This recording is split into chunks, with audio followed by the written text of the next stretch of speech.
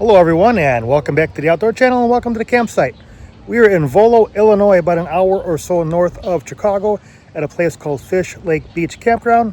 And in this off season we've made a number of updates to our camper. This one is going to take us here to the front talking about our battery boxes. So this Highland Ridge camper came with one 12-volt battery here in the front. It was a size or group 24. And just like most batteries you get from a place called Camping World, which is where we got this camper, it was just sort of an okay battery. And as we got into our second season, it really wasn't holding a lot of juice. We were having issues with our slide and our tongue here. So it was time to do something a little different. So adding more batteries to a camper, that's not all that uncommon. People do that all the time. But in my particular case, as you can see, I had barely enough room to put two group 24 batteries, and I'd actually have to move that battery box over a little bit. I wanted to add up to size 31 batteries if I really wanted to. I think I actually have 27s in here now. But basically, I needed more room to put bigger batteries. So I've come up with this little system down here with a 2x10 piece of wood. I fastened it to the frame and I've attached the boxes to that piece of wood. It worked out incredibly well. Got the batteries hooked up as they need to be to run 12 volt into the camper here. And that's important because unlike your boat, you do not want 24 volts going into your camper. You want to keep it at 12, but get more amp hours out of your setup. Now, a lot of the small and medium-sized campers will have a setup with the battery boxes on the tongue.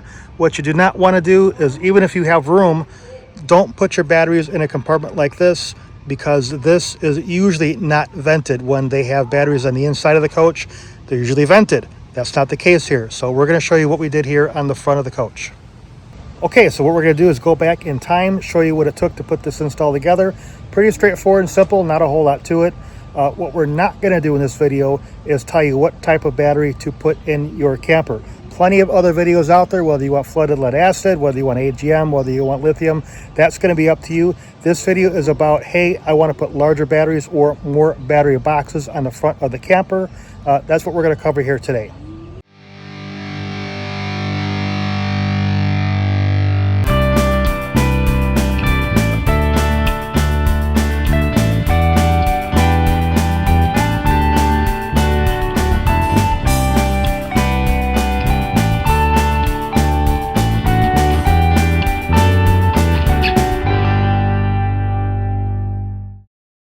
All right, this is the current setup on the front of the travel trailer.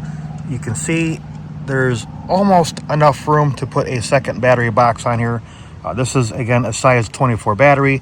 I would probably need to dislocate this box, move it over to the left just a little bit, and be able to make some room here for the second one. The battery boxes are supported by this lower tray down here. Not a bad design.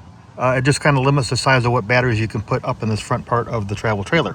So all we're going to do is remove this box, create a new platform that will rest on top of the frame. Maybe I'll have some be supported by the bottom tray here, and we'll be able to have room for 2, maybe 3 batteries.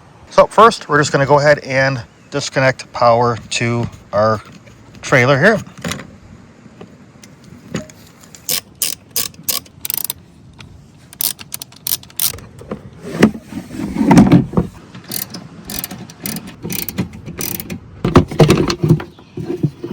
For our install today, we're going to be using a 2x10. You can use whatever you want. You can lay a couple 2x4s down here. You can lay something bigger. But we're going to go ahead and lay that across the top here and start to measure up how long of a piece we need. All right, just kind of mocking this up a little bit. We've got 2 battery boxes here. What's nice about these boxes is they go down to a size 24 and up to a size 31. There is a partition in here that will allow you to put different size batteries in the boxes. Again, like I said at the beginning of the video, I'm not telling you what size battery or what type of battery, what brand of battery. Just if you need more room, here's what you do. Looks like I'm going to make this right about 40 inches long. It'll stick out past the frame here just a little bit, but once I get this centered, most of it will be tucked behind the bottles here. Let's go ahead and make that cut.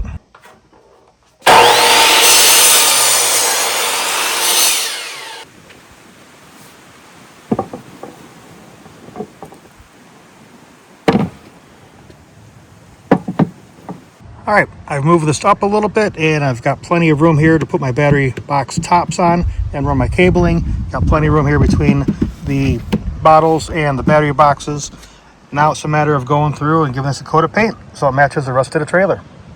Got some good old Rust-Oleum in a turbo can and a flat black.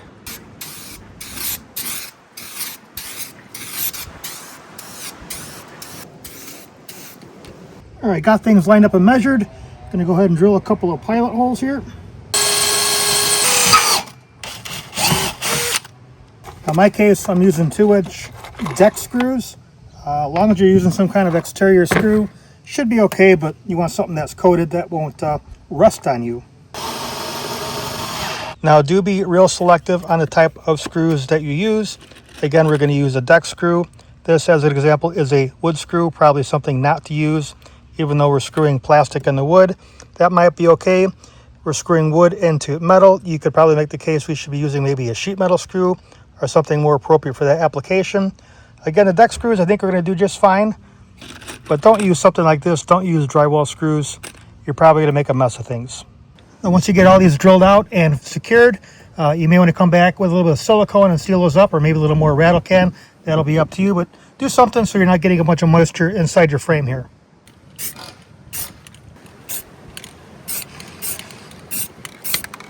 All right, now the kit comes with a set of base plates. Now what you're supposed to do is screw these into, in my case, this new piece of wood down there, and then secure the box to these plates with a strap. The original box came with screws that mounted it to the travel trailer directly. We're going to do that again. We're not going to use the plates. Once you do use screws to secure your box, you are going to want to put some silicone or something on there, because the purpose, or one of the purposes of the box, is to keep any kind of battery acid contained in here. So if you have a failure, it stays in the box and it's not leaking all over the bottom here when you got the DNR really unhappy with you. All right, I've gone through and I've centered these. I've got about 3 inches from the end of the box to the board here. I'm going to go ahead and sink a couple more deck screws to secure the box down into the piece of wood. Go ahead and put as few or as many screws as you want. I will say putting a few extra doesn't hurt anything, and it keeps the design rather robust. Don't rely on just a battery strap for your box there. That's not going to keep it long term. I mean, if you're going across the yard or something, that's fine. But if you're going down the road anywhere, drop a couple screws in there. You'll thank yourself later.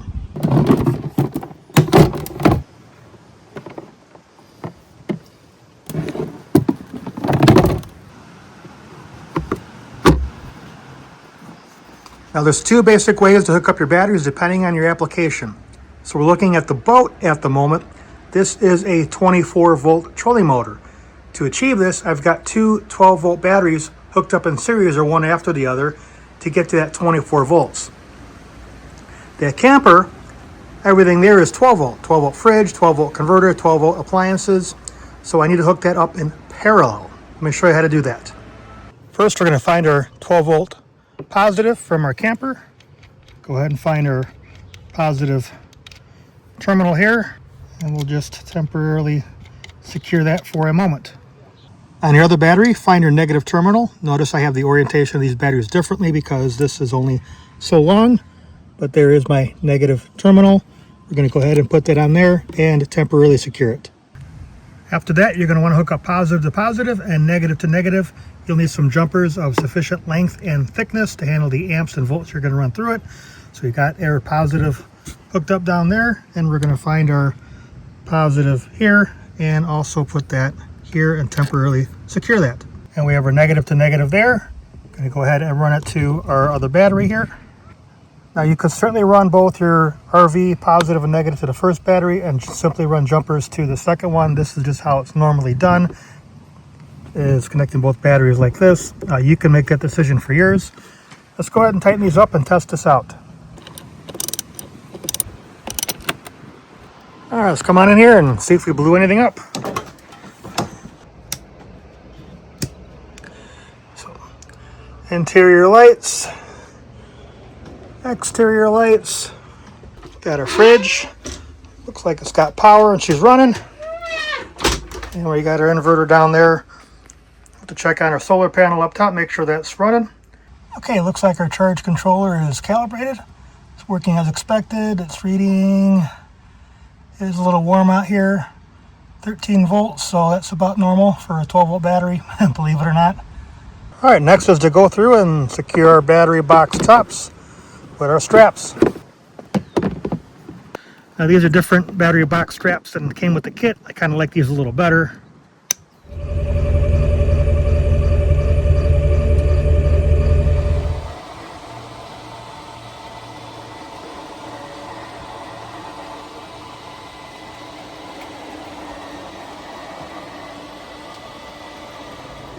All right, so we're back here at the campsite. If you like this type of content, hit the like, subscribe, helps the channel out quite a bit. We have more content like this coming. They're playing bingo down there. And we'll see you next time.